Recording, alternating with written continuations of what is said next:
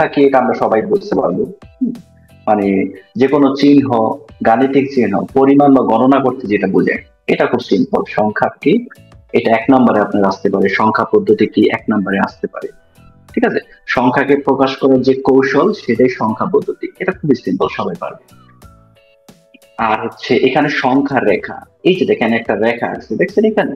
তো সংখ্যা রেখার কথাটা যখনই আমাদের ম্যাথে আসবে বা সমস্যাগুলো যখন আমরা সমাধান করতে যাব, সংখ্যা রেখা কথাটা যখন আসবে তখন বুঝে দিবেন এইরকম একটা রেখা যার মাঝে থাকবে শূন্য, যার এই পাশে থাকবে ধনাত্মক রাশি বা ধনাত্মক সংখ্যা।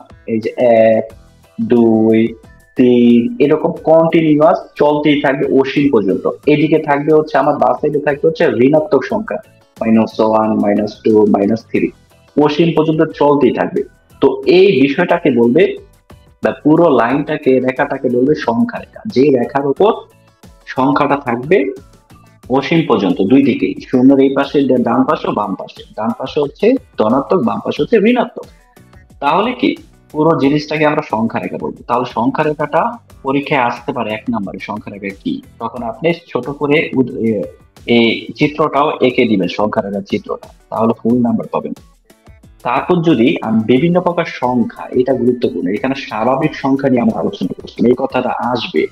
স্বাভাবিক সংখ্যা বলতে বোঝায় ওই সংখ্যাগুলো যেগুলো আমরা গণনার কাজে ব্যবহার করি, যেমন 1, 2, 3, 4, এগুলো অসীম পর্যন্ত চলতে থাকবে, পজিটিভ ধনাত্মক, অবশ্যই এখানে কিন্তু নেগেটিভ না। স্বাভাবিক সংখ্যা সব সময় ধনাত্মক হয়, পজিটিভ হয়, আর এগুলো আমরা গণনার কাজে ব্যবহার করি স্বাভাবিকভাবে। ঠিক আছে, আচ্ছা, 2 নম্বর হচ্ছে মৌলিক সংখ্যাটা আমি একটু বলে দিই। মৌলিক সংখ্যা নিয়ে প্রশ্ন আসে যে মৌলিক সংখ্যা বলতে কি বোঝায়, তখন আপনাকে বলতে হবে। কেউ যদি, আপনারা যদি কোনোটা যদি না বোঝেন, আমাকে সাথে সাথে মাইক্রোফোন অন করে আমাকে বলবেন, নয়তো আমি বুঝবো না যে আপনি বুঝতেছেন নাকি বুঝতেছেন। আচ্ছা, মৌলিক সংখ্যা বলতে বোঝায় এক অথবা সেই সংখ্যা ছাড়া কোন সংখ্যা দিয়ে ভাগ করা যায় না, তাকে মৌলিক সংখ্যা বলে। কিরকম, আমি যদি 8 ধরি, 8কে 8 দিয়ে ভাগ যায়, 4 দিয়ে ভাগ যায়, 2 দিয়ে ভাগ যায়, 1 দিয়ে ভাগ যায়, ঠিক আছে। আবার আপনি যদি 7কে যদি এইভাবে চিন্তা করেন, 7কে কি 7 দিয়ে ভাগ যাবে, 2 দিয়ে যাবে না, 3 দিয়ে যাবে না, 5 দিয়ে যাবে না, আবার 1 দিয়ে যাবে। তাহলে দেখেন এই 7 একটা মৌলিক সংখ্যা, ওকে ওর নিজেকে দিয়ে ভাগ যাবে, প্লাস হচ্ছে 1কে দিয়ে ভাগ যাবে। 1 আর নিজের নিজের সংখ্যা, এই দুটা ছাড়া আর কোনো কিছু দিয়ে ভাগ যাবে না। তাহলে এইরকম যে বৈশিষ্ট্যগুলো, যে সংখ্যাগুলো, সেগুলোকে আমরা মৌলিক সংখ্যা বলবো।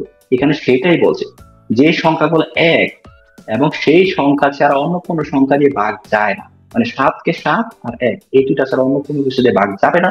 তাহলে 7, 3, তারপর হচ্ছে অনেক মৌলিক সংখ্যা আছে, 11, 13, 19, ঠিক আছে, এরকম অনেক মৌলিক সংখ্যা আছে, এগুলোকে আমরা মৌলিক সংখ্যা বলবো।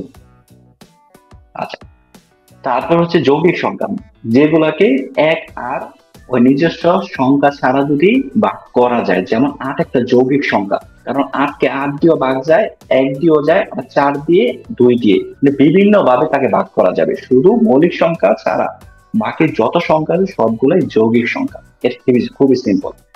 তারপর হচ্ছে জোড় সংখ্যা, বেজোড় সংখ্যা আমরা পারবো, এটা নিয়ে কথা বলবো না। তারপর এখন আসেন পূর্ণ সংখ্যা, যেটা গত ক্লাসে বলছেন, অনেক বেশি গুরুত্বপূর্ণ। পূর্ণ সংখ্যা হচ্ছে শুধু স্বাভাবিক সংখ্যা না, স্বাভাবিক সংখ্যার সাথে সাথে শূন্যও থাকবে, প্লাস হচ্ছে নেতিবাচক বা নেগেটিভ যে সংখ্যাগুলো, -1, -2, -3 এরকম অসীম পর্যন্ত চলতে থাকবে, এই সকল সংখ্যাগুলোকে মিলে পূর্ণ সংখ্যা গঠিত হয়। যদি আমি সংজ্ঞাটা পড়ি, দেখেন, সকল ধনাত্মক স্বাভাবিক সংখ্যা, ঠিক আছে বুঝলাম, সকল ঋণাত্মক সংখ্যা, এটাও বুঝলাম, আর শূন্য, তাহলে 3 ধরনের সংখ্যা থাকে পূর্ণ সংখ্যা। পূর্ণ সংখ্যা কিন্তু আপনার, আমার নর্মালি যে আমরা সাধারণ ভগ্নাংশ ধরি, সাধারণ ভগ্নাংশ যেমন 8.5, তো এগুলাকে কিন্তু আবার আপনি পূর্ণ সংখ্যা হিসাবে ধরবেন না। পূর্ণ সংখ্যা মানে পূর্ণ সংখ্যার মতো থাকবে, এগুলো হচ্ছে ধনাত্মক, ঋণাত্মক, শূন্য। এটা মনে রাখতে হবে, যখন আপনি পূর্ণ সংখ্যা কাকে বলে আসবে তখন এই সংজ্ঞাটা দিবেন, সাথে উদাহরণটা দিবেন। আর সবচেয়ে বেশি গুরুত্বপূর্ণ হচ্ছে মূলদ আর অমূলদ, এটা নিয়ে আপনাকে অনেক প্রশ্ন আসবে। কিরকম প্রশ্ন আসতে পারে, আপনাকে আসতে পারে যে মূলদ কাকে বলে 1 নম্বরে, অমূলদ কাকে বলে 1 নম্বরে আসতে পারে। আবার 4 নম্বরে আসতে পারে মূলদ আর অমূলদের পার্থক্য গুলা লেখা, এগুলা কিন্তু আসতে পারে। এগুলো অনেকবার আসছে প্রিভিয়াসে, সামনের বারও আসতে পারে, খুব বেশি সম্ভাবনা আছে। তাহলে কি মূলদ যদি আমি কথা বলি, মূলদ সংখ্যাটাকে আপনি ভাগফল বা ভগ্নাংশ আকারে প্রকাশ করতে পারবেন। মূল পার্থক্য হচ্ছে মূলদ সংখ্যাকে আপনি ভগ্নাংশ আকারে প্রকাশ করতে পারবেন, আর অমূলদকে ভগ্নাংশ আকারে প্রকাশ করতে পারবেন না। এটা হচ্ছে বেসিক ডিফারেন্স। এখন আপনি যখন ম্যাথ করতে যাবেন, তখন যখন বা মূলদ কাকে বলে এটা যখন লিখতে যাবেন, তখন এতটুকু আপনাকে লিখতে হবে। কি লিখতে হবে? যে সকল সংখ্যাকে দুটি পূর্ণ সংখ্যার ভগ্নাংশ আকারে প্রকাশ করা যায় তাকে মূলদ সংখ্যা বলে, কোনো সমস্যা নেই। কিন্তু আপনাকে কন্ডিশন দিতে হবে। পি আর কিউ আকারে ভগ্নাংশ আকার ধরেন প্রকাশ করা যায়। এখানে পি আর কিউ, পি হচ্ছে স্বাভাবিক সংখ্যা বা পূর্ণ সংখ্যা, কিউ হচ্ছে স্বাভাবিক সংখ্যা বা পূর্ণ সংখ্যা, একই। পি আর কিউ দুইটাই স্বাভাবিক সংখ্যা আর দুইটাই পূর্ণ সংখ্যা হতে হবে।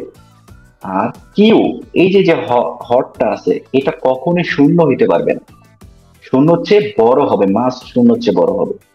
ঠিক আছে, এই দুইটা কন্ডিশন অবশ্যই ফুলফিল করতে হবে যদি মূলদ সংখ্যা হতে যায়। আরেকটা কন্ডিশন হচ্ছে পি আর কিউ সহমৌলিক। এখানে লিখে নাই, কিন্তু লিখলে ভালো হয়। এটা হচ্ছে 3 নম্বর কন্ডিশন, পি আর কিউ সহমৌলিক। আচ্ছা, সহমৌলিক কি, এটা নিয়ে আবার কথা বলা লাগে, কারণ সামনে আপনার সহমৌলিক এই কনসেপ্টটা আপনার মাথায় রাখতেই হবে, কারণ সামনে বিভিন্ন ক্ষেত্রে সহমৌলিক এই কনসেপ্ট আপনার জানা থাকলে ম্যাথ গুলো করতে অনেক বেশি সহজ হবে। আচ্ছা, সহমৌলিক নিয়ে একটু কথা বলি। ধরেন সহমৌলিক হচ্ছে, আচ্ছা তার আগে গত ক্লাসে এটা নিয়ে বিস্তারিত বলছি, এখন একটু শর্টকারে বলতেছি। তার আগে আমরা ফ্যাক্টর নিয়ে কথা বলি। উৎপাদক, উৎপাদক যেমন আট, আটের উৎপাদক কি? আটকে যে সংখ্যাগুলা দিয়ে ভাগ করা যায় সেগুলাই হচ্ছে আটের উৎপাদক। যেমন আটের উৎপাদক আট, আটের উৎপাদক চার, আটের উৎপাদক দুই, আটের উৎপাদক এক, এগুলো সব আটের উৎপাদক। ঠিক আছে। আচ্ছা, আমি যদি 10-এর উৎপাদক বের করি, 10-এর উৎপাদক 10, 10-এর উৎপাদক 5, 10-এর উৎপাদক 2, 10-এর উৎপাদক 1। আচ্ছা, যদি কেউ বলে, এই যে উৎপাদকের আরেক নাম কিন্তু ফ্যাক্টর, জানেন তো ফ্যাক্টর, ইংরেজিতে যাকে ফ্যাক্টর বলে। ঠিক আছে, তো ইংরেজিতে যাকে ফ্যাক্টর বলে। এখন যদি বলে কমন ফ্যাক্টর কি জিনিস বা সাধারণ উৎপাদক কি জিনিস, এই কনসেপ্ট গুলো অনেক বেশি গুরুত্বপূর্ণ, সামনে আর সারা জীবন আপনার কাজে লাগবে। তো কমন ফ্যাক্টর বা সাধারণ উৎপাদক মানে কি? দুইটা সংখ্যার মধ্যে কমন যে উৎপাদক সেটাকে বলে কমন ফ্যাক্টর বা সাধারণ উৎপাদক বলে। যদি বলি 8 আর 10-এর কমন ফ্যাক্টর কি, আপনাকে বলতে হবে 2। এক তো কমন ফ্যাক্টর, তো এক ধরা যাবে না। আমরা সবচেয়ে যখন আমরা গসাগু করি,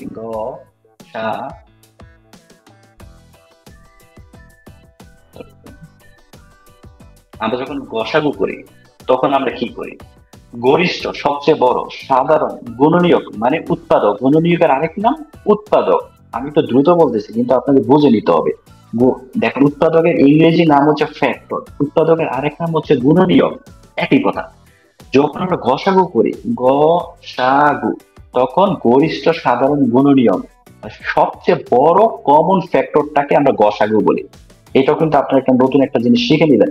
তাহলে 2-কে আমরা গসাগু বলবো অথবা কমন ফ্যাক্টর বলবো। ঠিক আছে।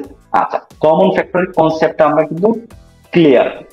এখন যদি আমি সহমৌলিকের কথা বলি, সহমৌলিক, এখন যদি আমি এই যে 8 আর 10-এর সাথে আমি যদি 7-এর গুণনীয়ক গুলা বের করি বা ফ্যাক্টর গুলা বের করি বা উৎপাদক গুলা বের করি, তাহলে কি পাবো?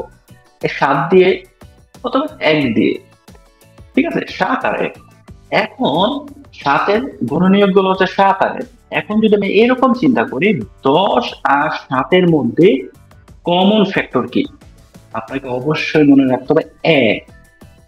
এক এই সবচেয়ে কমন ফ্যাক্টর। সহমৌলিক আসলে এই জায়গায় কাজ করে। সহমৌলিক সহ আচ্ছা, সহমৌলিক হচ্ছে দুটি সংখ্যার মধ্যে কমন ফ্যাক্টর শুধু এক হবে, তাহলে সেই দুইটা সংখ্যাকে আমরা সহমৌলিক বলবো। তাহলে ৮ আর ১০কে আমরা সহমৌলিক বলবো না, কারণ এক ছাড়াও দুই কমন ফ্যাক্টর আছে। কিন্তু ১০ আর ৭কে আমরা সহমৌলিক বলবো। কেন? কারণ এখানে এক ছাড়া আর কোনো কমন ফ্যাক্টর নাই বা সাধারণ উৎপাদক নাই। তাহলে সহমৌলিক এই জন্য আমরা আগের অপশনে চলে যাই। পি আর আর এখানে সহমৌলিক বলবো কি কাকে, মানে 10 আর 7-এর মধ্যে সহমৌলিক কোনটা? ১০ আর ৭ হচ্ছে সহমৌলিক। কেন সহমৌলিক? কারণ এই দুইটার কমন ফ্যাক্টর শুধু এক। তা শুধু এক থাকার কারণে 10 এবং 7 দুইটাই সহমৌলিক, তাই তো? সহমৌলিক, পরস্পরের সহমৌলিক। সহমৌলিক করতে গেলে দুইটা সংখ্যা লাগবে। এখন ৮ আর ১০ কেন সহমৌলিক না বলেন তো? এখানে তো আরো অন্য ইয়ে আছে, মানে সংখ্যা আছে কমন যেগুলো আর ফ্যাক্টর কি আছে, কমন দুইও তো কমন ফ্যাক্টর। তাহলে এখানে আমার কন্ডিশন জি মতে জি। সহমৌলিক না। এখন গসাগু করতে পারবেন আপনি, কিন্তু কমন সহমৌলিক বলতে পারবেন না। এই জন্যই বলছে পি আর কিউ দুইটা স্বাভাবিক সংখ্যা, কোনো সমস্যা নাই। কিউ হচ্ছে শূন্যর চেয়ে বড়, কোনো সমস্যা নাই। কিন্তু গুরুত্বপূর্ণ আরেকটি কন্ডিশন হচ্ছে পি আর কিউ দুইটাই সহমৌলিক পরস্পরের, মানে দুইটার মধ্যে এক ছাড়া কোনো কমন ফ্যাক্টর নাই। এটা অনেক বেশি গুরুত্বপূর্ণ। আপনি যখন √2 একটি অমূলদ সংখ্যা প্রমাণ করতে যাবেন, তখন এটা এই সূত্রটা অনেক বেশি গুরুত্বপূর্ণ। কন্ডিশনটা এটার উপর ভিত্তি করে দেখবেন আপনি পুরো ম্যাথটাই দাঁড়ায় আছে এই সহমৌলিকের উপর ভিত্তি করে। এই জন্য এটা নিয়ে আমি অনেকক্ষণ কথা বললাম। ঠিক আছে, আশা করি সহমৌলিকের কনসেপ্টটা বুঝছেন। তো এটা বুঝতেই হবে। এখন না বুঝলে আমি আগামী ক্লাসে আবার এটাই দেখাবো, কারণ এই কনসেপ্টটা আপনাকে বুঝতেই হবে। নয়তো √2 একটা অমূলদ সংখ্যা, এটা মুখস্থ করতে হবে আপনাকে। স্যার পুরোটাই বুঝছি, কিন্তু হচ্ছে ওই যে 10 আর 7 মধ্যে হচ্ছে কমন যায় হচ্ছে শুধু এক এক এক, শ্রেণীর কোনো সংখ্যা নেই, এজন্য 10-এর উৎপাদক মানে সহমৌলিক হচ্ছে 7 এবং 7-এর সহমৌলিক হচ্ছে 10, এই তো? এই তো হ্যাঁ, ১০ এর সাথে সহমৌলিক, দুইটাই পরস্পরের সহমৌলিক, কারণ এটার মধ্যে কমন ফ্যাক্টর শুধু এক আছে। এক ছাড়া অন্য কোনো কমন ফ্যাক্টর নাই বা সাধারণ উৎপাদক নাই। সোজা কথা আমাদের। তাহলে সহমৌলিকের যদি পরীক্ষা আসে সহমৌলিক বলতে কি বোঝায়, তখন আপনি বলবেন দুইটা সংখ্যার মধ্যে সাধারণ উৎপাদক এক ছাড়া অন্য কোনো সাধারণ উৎপাদক যদি না থাকে, তাহলে আমরা দুইটি সংখ্যাকে পরস্পরের সহমৌলিক বলবো। ঠিক আছে না? এখন এখন কিছুটা হলে বুঝছেন। নেক্সট ক্লাসে দরকার হলে আমি আরেকবার বুঝিয়ে দিব, কারণ এই কনসেপ্ট অনেক বেশি জরুরি। আচ্ছা, মূলদ সংখ্যা চার ভাবে হতে পারে। আমরা পূর্ণ সংখ্যা দেখে আসলাম। সকল ঋণাত্মক সংখ্যাগুলো, তারপর সকল শূন্য, আর সকল ধনাত্মক স্বাভাবিক সংখ্যা, এই তিনটা ক্যাটাগরিতে আমরা পূর্ণ সংখ্যা শিখছিলাম। তাহলে সকল পূর্ণ সংখ্যা মূলদ সংখ্যা, সকল সাধারণ ভগ্নাংশ সংখ্যা, সাধারণ স্বাভাবিক আমরা নর্মালি যে ভগ্নাংশগুলো চিনি, সেগুলো কিন্তু মূলদ সংখ্যা। ৩ নম্বরের মূলদ সংখ্যা হচ্ছে সকল সসীম দশমিক সংখ্যা। এখন সসীম দশমিক সংখ্যা কি? এই যে ধরেন এই যে 0.5, 5, 0.5, 0.5, এটা একটা দশমিক সংখ্যা। এটাকে আপনি, এই দশমিক সংখ্যাটা কিন্তু সসীম, কন্টিনিউয়াস কিন্তু চলতেই আছে না, কন্টিনিউয়াস কিন্তু চলে না। এই যে আমি এরকম যদি লিখতে থাকি, তাহলে কি এটা কন্টিনিউয়াস চলতেছে বোঝায়। আর 0.5 এটা কিন্তু চলতেছে, এটা সসীম। এটাকে আপনি খুব সহজেই বাঙাইলে 5.10 বানাইতে পারবেন। তাহলে এই টাইপের যত দশমিক সংখ্যাগুলো আছে, সসীম দশমিক সংখ্যা, সেগুলো অবশ্যই মূলদ সংখ্যা। এতটুকু মনে রাখেন, সসীম দশমিক সংখ্যা। আর হচ্ছে পৌনঃপুনিক দশমিক সংখ্যা, যেগুলো একই সংখ্যা বারবার রিপিট করে পয়েন্টের পরে। যেমন এই যে এখানে 3 3 3 3 কন্টিনিউস রিপিট করতেছে, এটাকে যদি আপনি ভগ্নাংশ আকারে লিখেন 1/3, তেমনি ভাবে 0.121212, এটাকে যদি ভগ্নাংশ আকারে লিখেন, এটা দেখেন 12.99। তাহলে কি এই দশমিক সংখ্যাগুলো কিন্তু মূলদ সংখ্যা। সবসময় যে ভগ্নাংশ আকারে থাকবে তারপর আপনি চিনে নিবেন যেগুলা মূলদ সংখ্যা, কারণ অনেক সময় ভগ্নাংশ আকারে না থাকলেও সেটা এর ভিতরে ভগ্নাংশ আছে এরকম মনে করতে হবে। যেমন 5 একটা পূর্ণ সংখ্যা, একই সাথে এটা কিন্তু একটা ভগ্নাংশ সংখ্যা। এই যে 5 এর নিচে 1 আছে, এই জন্য সবসময় ডিভাইডেড বাই নিচে একটা হর একটা লব থাকবে, এই চিন্তাধারা থেকে বের হয়ে আসতে হবে। কারণ আমরা মাত্র শিখলাম 4 ভাবে মূলদ সংখ্যা থাকে, এর মধ্যে একটা শুধু সাধারণ ভগ্নাংশ আকারে থাকে, যেটা দেখলে আমরা চিনবো এটা ভগ্নাংশ, এটা মূলদ। আর বাকি 3টা কিন্তু মূলদ আকারে ভগ্নাংশ আকারে থাকে না, ধরে নিতে হবে এগুলা ভগ্নাংশ আকারে। ঠিক আছে? আচ্ছা, এটা নিয়ে আর পেছাবো না, আপনারা একটু আহ শিটটা দেখবেন। দেখে যদি কোনো সমস্যা থাকে ইনশাআল্লাহ আমরা নেক্সট ক্লাসে দেখবো। অমূলদ সংখ্যা হচ্ছে এই যে 4টা কন্ডিশনে আমরা মূলদ সংখ্যা দেখলাম, এই 4টা কন্ডিশন ছাড়া আর যত কন্ডিশন থাকে না, তার একটা কন্ডিশন থাকে কি, অসীম পর্যন্ত চলতে থাকবে যে দশমিক সংখ্যাগুলো, যেমন 0.1, 3, 5, 2, 1, 4, 5 কন্টিনিউ সারা জীবন চলতে থাকবে, এই ধরনের যে ভগ্নাংশ সংখ্যাগুলো সেগুলোকে আমরা অমূলদ সংখ্যা বলি, যেটা কোনো নিয়মের মধ্যে মানে না, যেটা অসীম, যেটা নন রিপিটিং বা অনাবৃত্ত, যেটাকে বলে অনাবৃত্ত বা নন রিপিটিং, যেটা অসীম চলতে দেবে সারা জীবন। এইরকম সংখ্যা অনেক আছে পৃথিবীতে, কোটি কোটি, অসীম পর্যন্ত আছে। দেখেন √2 একটা অমূলদ, কারণ কন্টিনিউয়াস, এই যে এটা চলতেই থাকবে চলতেই থাকবে চলতেই থাকবে। √3 একটা অমূলদ, কারণ এটা রিপিট করতেছে না সংখ্যাগুলো, দেখেন আবৃত না, কিন্তু এক একটা এক এক রকম সংখ্যা, হ্যাঁ? এটা অসীম পর্যন্ত চলতে থাকবে, এই জন্য এগুলাকে আমরা অমূলদ সংখ্যা। ঠিক আছে? আর বাস্তব সংখ্যা হচ্ছে, আমরা এই যাবৎকালে যত সংখ্যা নিয়ে কথা বললাম সবগুলাই বাস্তব সংখ্যার আন্ডারে। এটা একটা মহাবিশ্বের মতো, অর্থাৎ সংখ্যা রেখার উপর যত বিন্দু আছে সব বিন্দু এক একটা সংখ্যা যদি চিন্তা করেন, সেই সংখ্যাগুলো বাস্তব সংখ্যার আন্ডারে। ঠিক আছে? আচ্ছা, এটা অত সমস্যা নেই, পারবেন।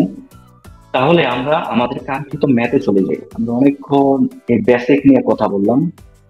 এই যে তো √2 একটি অমূলদ সংখ্যা, খুবই সহজ। এখন আমাকে প্রথম প্রমাণ করতে হবে, আমরা মূলদের 4টি ধরন দেখছিলাম, 4 ভাবে মূলদ সংখ্যা হতে পারে, এর মধ্যে একটা ধরন ছিল মূলদ একটি পূর্ণ সংখ্যা হয়। তাহলে কি এই যে √2 কে আমাকে প্রমাণ করতে হবে এটা একটা পূর্ণ সংখ্যা না, তাহলেই তো 4টার মধ্যে একটা ধরন বাদ হয়ে যাবে। মূলদ হওয়ার যে কন্ডিশন, টোটাল 4টা ধরন, এর মধ্যে একটা ধরনকে আমরা বাদ দিয়ে দিব। কিভাবে? দেখেন, এটা পূর্ণ সংখ্যা না। কি জন্য পূর্ণ সংখ্যা না? আমরা যদি 1 কে বর্গ করি কত থাকে 1, 2 কে বর্গ করলে কত থাকে 4, তাহলে 1 আর 2 এর মাঝে কোনো পূর্ণ সংখ্যা নাই, স্বাভাবিক।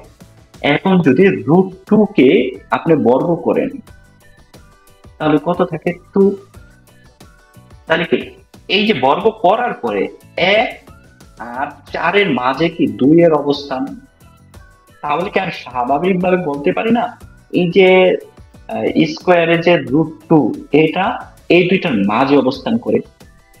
যখন মাঝে অবস্থান করবে তখন তো মাঝে আর কোনো পূর্ণ সংখ্যা নাই, 1 আর আছে 2 আছে, তাহলে 1 এর বর্গ করলে 1 হয়, 2 এর বর্গ করলে 4 হয়।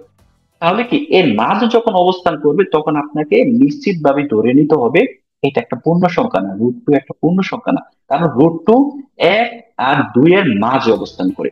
আর মাঝে অবস্থান করলে কি হবে, এটা পূর্ণ সংখ্যা হতে পারে না, এটাই বলছে। অতএব √2 পূর্ণ সংখ্যা নয়। এতটুকু কি বুঝছেন?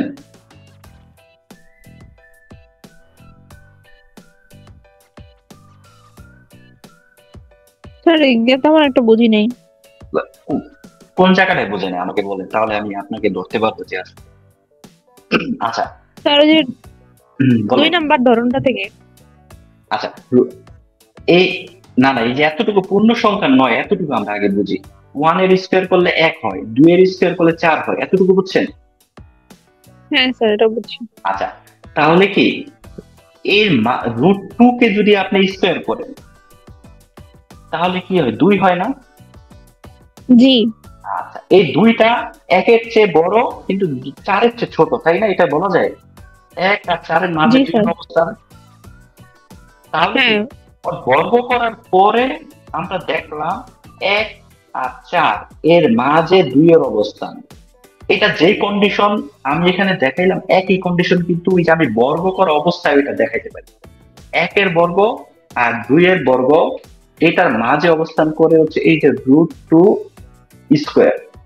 এতটুকু বুঝছেন? আচ্ছা, আপনাকে আরেকটু সুন্দর করে বুঝে, 1 এর স্কোয়ার 1, √2 এর স্কোয়ার 2, আচ্ছা 2 এর স্কোয়ার 4। এই লাইনটা বুঝছেন? এই যে এতটুকু। জি স্যার, জি আর বুঝছি। আচ্ছা, 1 হচ্ছে পূর্ণ সংখ্যা, 2 হচ্ছে পূর্ণ সংখ্যা, এর মাঝে কোনো পূর্ণ সংখ্যা আছে? এর মাঝে সব না স্যার। আছে, দশমিক আছে। তাহলে এই যে এটা হচ্ছে মাঝে অবস্থান করতেছে, তাহলে কি আমি বলতে পারি না যে √2 পূর্ণ সংখ্যা নয়, এটা অবশ্যই দশমিকে নিয়ে আসছে, যেটা আমরা দেখছিলাম যে 1.4142 কি জানি সামথিং আছে। তাহলে কি সোজাই তো বলা যায় যে √2 পূর্ণ সংখ্যা নয়, কারণ 1 আর 2 এর মাঝে অবস্থান করতেছে ওরা। জি ঠিক স্যার, বুঝছি এবার। আচ্ছা, ঠিক আছে, এত বুঝছি আমরা। এখন আমি 4 ভাবে যে মূলদ সংখ্যা হতে পারে এর মধ্যে একটা কাটা গেল যে এটা পূর্ণ সংখ্যা না, তাহলে কি প্রথম ধরনটা বাদ। এখন আমরা তারপর আমরা ধরবো যে যদি √2 একটা মূলদ সংখ্যা হয়, √2 একটা মূলদ সংখ্যা হয়, তাহলে কি √2 ভগ্নাংশ আকারে থাকবে। আমরা যেটা আগে শিখছিলাম, p/q, পি আর কিউ হচ্ছে স্বাভাবিক বা পূর্ণ সংখ্যা। আর এখানে একটু নতুন করে ধরতে হবে, কিউ একের চেয়ে বড়, এটা একটু ধরে নিতে হবে, পি কিউ সহমৌলিক। এই পর্যন্ত আমরা বুঝছি। এখন এটাকে জাস্ট বর্গ করবেন, ম্যাথমেটিক্যাল কাজ, বর্গ করবেন। তারপর হচ্ছে এই যে আমি যদি আমি এটাকে এইরকম ভাবে ধরি, দেখুন p/q। এখন এটাকে আমি বর্গ করলে কি হয়? 2 হয়। আর এটা p²q² তারপর আমি যদি একটা ম্যাথমেটিক্যাল কাজ করি, এখানে 2টা কি আছে না, কিউ আছে না, 2টা কিউ ধরেন, এই যে 2টা কিউ এভাবে লেখা যায়, বা স্কোয়ার 2টা কিউ যদি আমি গুণ করি তাহলে স্কোয়ার হয়, এভাবে স্কোয়ার। তাহলে একটা কিউ আমি এই পাশে নিয়ে স্যার আসছি। সেকেন্ড লাইনটা আবার একটু বলেন তো। এই যে এই লাইনটা, জি। আচ্ছা এটা জাস্ট বর্গ করছে। এই যে যদি আমি এটাকে এইভাবে লিখি, দেখেন দুইটা স্টেপে করছে তো, p²q²। এই যে দ্বিতীয় একটা লাইন এরকম হইতো, তাহলে সরাসরি স্কোয়ার আর রুটে সবসময় কাটা যায়, এটা শিখে নিবে, জানেন তো? স্কোয়ার রুটে জি সবসময় স্যার, কাটা সেটা যায়। জানি। তাহলে 2 জি জানি। p²q² এভাবে লেখা যায় এই পর্যন্ত। এখন বুঝছেন? জি স্যার, বুঝছি। আচ্ছা, ঠিক আছে। তাহলে যদি আমি এই লাইনে আসতে পারি, এখন জাস্ট আমি কিউ, এই যে নিচে 2টা কিউ আছে, একটা কিউ জাস্ট আমি এই দিকে নিয়ে আসবো। তাহলে 2q, উপরের পি তো পি আছে, p² আর নিচে কিউ। এই পর্যন্ত ওকে আসতে পারছি?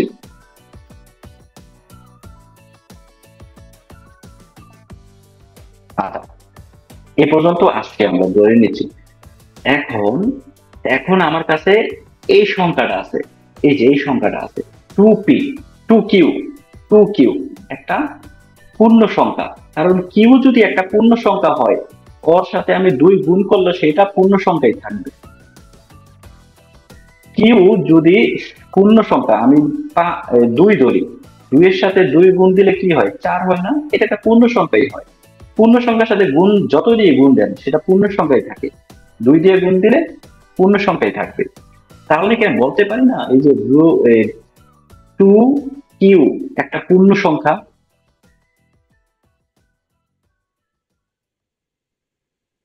কিন্তু কিন্তু স্যার। এই উপরে দেখি p²q এইটা পূর্ণ সংখ্যা না। কারণ এই যে পি আর কিউর মধ্যে সহমৌলিক হিসাবে 1 আছে, সহমৌলিক। আর এটার মধ্যে কমন ফ্যাক্টর শুধু 1 আছে। যখন দুইটা সংখ্যা সহমৌলিক হয় আর ভগ্নাংশ আকারে থাকে, সেটা কখনোই পূর্ণ সংখ্যা হয় না।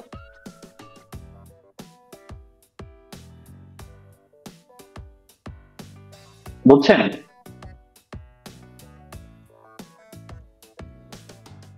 জি স্যার, বুঝছি। আপনি ট্রাই করতে পারেন যে সহমৌলিক যদি কোন একটা ভগ্নাংশ আকারে থাকে, সেটা কখনোই পূর্ণ সংখ্যা হতে পারে না। আপনাকে প্র্যাকটিক্যালও দেখাইতে পারি আমি। কিরকম? আমি আপনাকে দেখাই। যেমন ধরেন এই যে 7 আর 10, আমি ওই উদাহরণটা দিই। এই দুইটা হচ্ছে ধরেন সহমৌলিক হিসাবে আছে। এটা পি, এটা কিউ। এটা কখনোই পূর্ণ সংখ্যা কাটাকাটি করলেও কিন্তু পূর্ণ সংখ্যা আসবে না, অবশ্যই দশমিকে আসবে, সেটা যে কোনো একটা সংখ্যা হতে পারে দশমিকে, পূর্ণ সংখ্যা আসবে না, অসীম দশমিকে যে কোনো একটা আসতে পারে, কখনোই সেটা তো পূর্ণ সংখ্যা আসবে না, কিন্তু এটা তো দশমিক মানে সহমৌলিক হিসাবে এটা শো করা দিতে পারবো, তাই না? হ্যাঁ, সহমৌলিক সহমৌলিক যদি থাকে আর সেটা ভগ্নাংশ আকারে থাকে, সেটা কখনোই পূর্ণ সংখ্যা হতে পারবে না। অন্য অন্য তিন ধরনের মূলদ হইলেও হইতে পারে, অন্য ভগ্নাংশ আকারে দশমিক আকারে যে কোনো সংখ্যা হইতে পারে, কিন্তু পূর্ণ সংখ্যা হবে না। তাহলে কি তাহলে কি এই দুই টু কিউ এটা সমান কি কখনো এটা হইতে পারবো? যেহেতু এটা অলরেডি একটা পূর্ণ সংখ্যা, আর একটা এটা দশমিক সংখ্যা আসতে পারে, তাহলে কি দুইটা কখনোই স্বাভাবিকভাবে সমান হবে না, কখনোই সমান হবে না। সমান হইব পূর্ণ সংখ্যা দুইটা ইকুয়াল হয়। পূর্ণ সংখ্যা দশমিক সংখ্যা যেটা পূর্ণ সংখ্যা নয়, সেটা কখনোই পূর্ণ সংখ্যার সমমনা হতে পারে না। এখানে সেই কথাগুলাই বলছে, দেখেন নিচে, এই যে দেখেন নিচে এই কথাগুলো খুব সুন্দর লিখছে। একটি পূর্ণ সংখ্যার ভগ্নাংশ কখনোই সমান হতে পারে না, কখনোই সমান হতে পারে না। তাহলে কি এই যে 7p, বা ওইখানে যদি আমি এটা বলি এই যে √2 এর মান পি কিউ আকারে কখনোই সংখ্যাই হতে পারে না, এই কথাটা লিখে দিবেন। কারণ সংখ্যা হইতেই পারবে না, কারণ এটা মূলত সংখ্যাই না। ঠিক আছে, আচ্ছা। তো এতটুকুই এই সহমৌলিকের কনসেপ্টটা এই জন্যই গুরুত্বপূর্ণ, কারণ সহমৌলিক দিয়েই আপনি এটাকে পূর্ণ সংখ্যা নয় প্রমাণ করতে পারবেন, আদারওয়াইজ প্রমাণ করতে পারবেন না। এই জন্য সহমৌলিকটা অনেক বেশি জরুরি। তাহলে আপনাদের গত ক্লাসে এই বিষয়গুলো পড়াইছিলাম। প্রথম ক্লাস হিসাবে অনেকে, যেহেতু ম্যাথমেটিক্যাল কোর্সটা মাত্র শুরু করলাম, তো ওই জন্য নেক্সটে এরকম ছাড়া দেওয়া যাবে না, কিন্তু আমরা যেটা পড়াবো যদি সমস্যা থাকে তাহলে স্পেসিফিক্যালি সমস্যাটা সমাধান করবো, নতুন করে সেটা দেখাবো না। কারণ এইভাবে দেখাইলে আমাদের পুরো কোর্স শেষ হইতে অনেক সময় লাগবে। তাহলে এই যে √2, √7, তারপর হচ্ছে √13, এই টাইপের যত সংখ্যা আছে সবগুলো আপনি প্রমাণ করতে পারবেন একই ফরম্যাটে। একই ফরম্যাট এই ম্যাথটা, আর এই ম্যাথটা প্রিভিয়াসটা অনেক বেশি বার আসছে, এত বেশি বার আসছে আপনি চিন্তাও করতে পারবেন না। এরকম অনেকবার আসছে, আপনিও আসার সম্ভাবনা অনেক বেশি। তাহলে আমরা এই ধরনের ম্যাথ, স্যার সবগুলা তো প্রমাণ করার নিয়ম একই, তাই না? একই নিয়ম, শুধু পূর্ণ সংখ্যার ধরনটা আলাদা হবে। আপনি যেমন 13 এর পূর্ণ সংখ্যা, এটা যে পূর্ণ সংখ্যা না, এটা প্রমাণ করার সিস্টেম হচ্ছে 3 আর 4 ধরবেন। তাহলে মাঝে 13টা কোথায় পড়ে? 13টাকে যদি আপনি বর্গ করেন, √13 এর যদি বর্গ করেন, তাহলে কি 13 থাকে না? এখন 13 কিভাবে পড়ে? যে 3 এর রুট করলে, স্কোয়ার করলে 9, আর 4 এর স্কোয়ার করলে 16। এই দেখেন 13টা এর মাঝে পড়ে। তাহলে এইভাবে আপনি চিন্তা করতে পারবেন কোন সংখ্যা দুইটার মাঝে পড়ে, স্কোয়ার করলে এটার সাথে ম্যাচ করে। এই একটু করতে করতে আপনি এগুলো আইডিয়া পেয়ে যাবেন, কোনো সমস্যা নেই। আপনি এখানে যে তিনটা ম্যাথ দেওয়া আছে এইগুলো আপনি 4-5 বার খাতায় করেন। এই যে তিনটা যে দেওয়া আছে 7 আর 13 আর 2, এগুলা 4-5 বার খাতায় করেন, দেখবেন এই ম্যাথটা আপনার কাছে পানির মতো সহজ হয়ে যাবে। মানে এর চেয়ে সহজ ম্যাথ আর আপনি মনে হয় আর কখনো করেন এরকম মনে হবে। ঠিক আছে, তাহলে এটা নিয়ে আর কথা বলছি না, নেক্সট যদি সমস্যা হয় এটা নিয়ে আমরা আরো বিস্তারিত আলোচনা করবো, কোনো সমস্যা নেই। তবে আজকে একটু, যেহেতু আপনাদের এই শীটটা কিন্তু গ্রুপে দিয়ে দিচ্ছে টেলিগ্রাম গ্রুপে, আমি আপনাদের জাস্ট এই একটা ম্যাথ, আমরা ম্যাথের ধরন, আমরা 4 ধরনের ম্যাথ এই চ্যাপ্টারে করব। প্রথম ধরনের ম্যাথ করলাম হচ্ছে যে অমূলত সম্পর্কিত সমস্যা। ঠিক আছে, এখন আমরা যে ম্যাথের ধরনটা নিয়ে কথা বলবো টাইপ, এটা হচ্ছে জটিল সংখ্যার বর্গমূল নির্ণয়। খুবই সোজা একটা ম্যাথ, এখান থেকে অনেক ম্যাথ প্রিভিয়াসে আসছে, অনেকবার আসছে। জটিল সংখ্যা জিনিস, জটিল সংখ্যা এটা কি জিনিস, এটাকে আমাকে আগে জানতে হবে যদি আমি জটিল সংখ্যার বর্গমূল নির্ণয় করতে চাই। আজকে জটিল সংখ্যা জিনিসটা কি, কাল্পনিক সংখ্যা জিনিসটা কি, এই দুইটা জিনিস আজকে আমি একটু আপনাদের ক্লিয়ার করে দিই। দেখেন, আগে আসুন কাল্পনিক সংখ্যা জিনিসটা কি।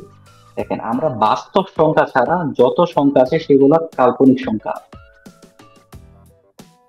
যেটা কল্পনা করে নিতে হয়, ইমাজিনারি নাম্বার।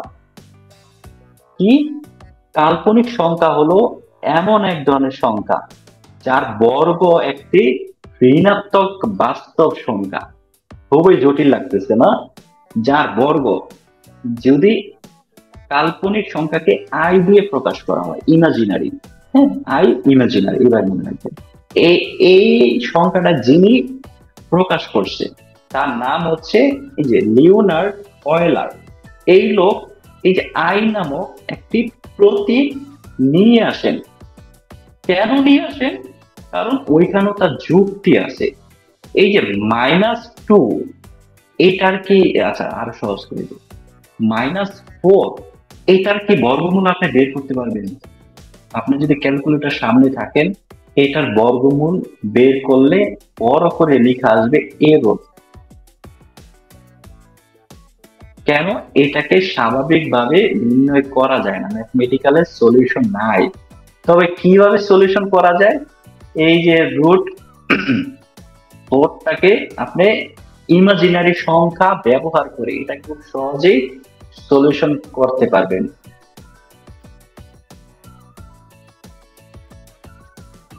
এই যে, তো আই এর মান হচ্ছে √(-1). এখানে সেটাই বলছে, এটা এক ধরনের সংখ্যা যার বর্গ একটি ঋণাত্মক বাস্তব সংখ্যা। তাহলে আমরা ইমাজিনারি সংখ্যাটাকে একটা বর্গ করি, এই যে স্কোয়ার, তাইলে আমরা কি স্কোয়ারে, এটা আমি স্কোয়ার করব, তাহলে কি হয়, স্কোয়ার স্কোয়ারে কাটা, তাহলে -1 হয়। এই জন্যই বলছে যে কাল্পনিক সংখ্যা হলো এমন এক সংখ্যা যার বর্গ, এই যে যার বর্গ একটি ঋণাত্মক বাস্তব সংখ্যা, একটি ঋণাত্মক বাস্তব সংখ্যা, -1, এটাই বুঝাইছে। তাহলে সংজ্ঞাটা এটা, এটা একটা গুরুত্বপূর্ণ কাজের জন্য এই যে লিওনার্ড অয়েলার নামক এই ব্যক্তি ইমাজিনারি নাম্বারটা নিয়ে আসে। যে আমি যেটা বললাম যে কোনো বাস্তব সংখ্যার ঋণাত্মক বাস্তব সংখ্যার বর্গমূল সরাসরি আপনি করতে পারবেন না, এখানে ইমাজিনারি আই ধরে আপনাকে করতে হবে। এতটুকু কি বুঝছি? জাস্ট এতটুকু মনে রাখেন, আই কি একটা ইমাজিনারি ইউনিট। আচ্ছা, আমি ধরি আপনি কিছুটা হলো বুঝছেন। এটা আবার একটু আপনি শীতটা একটু বাসায় নাড়াচাড়া করলেন, আশা করি বুঝবেন। তাহলে জটিল সংখ্যাটা আমি একটু দ্রুত শেষ করবো। জটিল সংখ্যা বলতে কি বোঝায়? একটি বাস্তব সংখ্যা আর একটি কাল্পনিক সংখ্যার সমন্বয়ে যে সংখ্যা গঠিত হয় সেটাকে আমরা জটিল সংখ্যা বলবো। কিরকম? আর জটিল সংখ্যাকে জ্যাট দিয়ে প্রকাশ করা হয়, মনে রেখেন, জ্যাট। তাহলে যে কোনো জটিল সংখ্যাকে এইভাবে প্রকাশ করা হয়, x প্লাস আই ওয়াই। তাহলে x ও হচ্ছে একটা বাস্তব সংখ্যা, y ও একটা বাস্তব সংখ্যা। আর বাস্তব সংখ্যার সাথে এই যে আই থাকার জন্য পুরাটাকে আপনি এই যে কাল্পনিক সংখ্যা হিসেবে গড়তে পারেন। এই জন্যই বলছে একটা অংশ থাকবে বাস্তব, একটা হচ্ছে অংশ থাকবে কাল্পনিক। এই দুইটা সমন্বয়ে জটিল সংখ্যা গঠিত হইব। আর আমরা এই জটিল সংখ্যার বর্গমূলটাই আমরা করব। এই যে দেখেন, এই যে জটিল সংখ্যার বর্গমূলটাই আমরা এখানে করব। এই যে জটিল সংখ্যার বর্গমূল। তাহলে আজকে এই পর্যন্তই। তো নেক্সট ক্লাসে আমরা এই যে জটিল সংখ্যার বর্গমূল নিয়ে সমস্যাগুলো সমাধান করব। এই দেখেন অনেকগুলো সমস্যা আছে, এগুলো ধাপে ধাপে আমি এখানে বর্ণনা করে দিছি যদিও। তাহলে নেক্সট ক্লাসে আমরা জটিল সংখ্যার বর্গমূল নিয়ে কাজ করব, 2-3টা ম্যাথ করানোর চেষ্টা করব, আর আপনারাও বাসায় এটা একটু দেখে আসবেন। তো নেক্সট ক্লাসে এই ধরনের ম্যাথ গুলো আমরা করার সর্বোচ্চ সহজভাবে যেভাবে বোঝানো হবে সেভাবে বোঝানোর চেষ্টা করব। ঠিক আছে, আজকে এই পর্যন্তই। নেক্সট ক্লাসে অবশ্যই সবাই থাকার চেষ্টা করবেন, যে কজনে আসছে আসছেন, কিন্তু অনলাইনে সবাই যদি থাকে তাহলে ক্লাসটা করতে অনেক বেশি ভালো হয়। ঠিক আছে,